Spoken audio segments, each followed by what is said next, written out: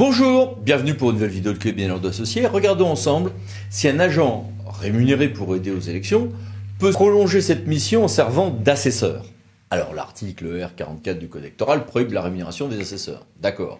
Mais faute d'assesseurs, il arrive parfois que servent d'assesseurs les agents municipaux qui, en de tels dimanches, sont rémunérés pour assurer le bon fonctionnement matériel des bureaux de vote.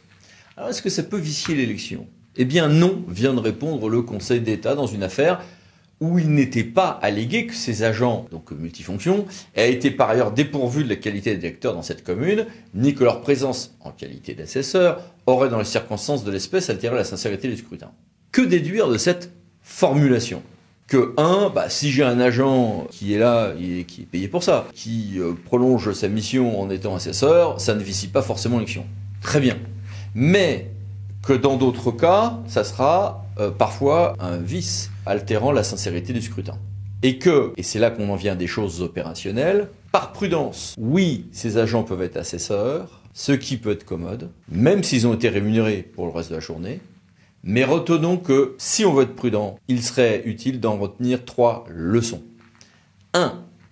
Il faut que ces agents soient également électeurs dans la commune.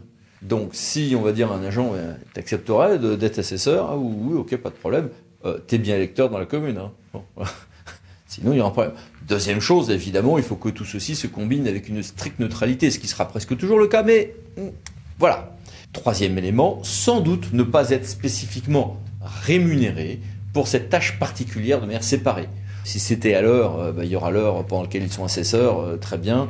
Et puis avant que ça puisse être utilisé comme élément de preuve, ça va devenir difficile à prouver pour le requérant, pour le protestataire. Mais si je dis il y a une prime spéciale ou il y a une rémunération spéciale où la personne ne vient que pour cette fonction-là en étant rémunérée, là, il peut y avoir un sérieux problème. Voilà. En tout cas, une jurisprudence relativement souple que je voulais évoquer avec vous.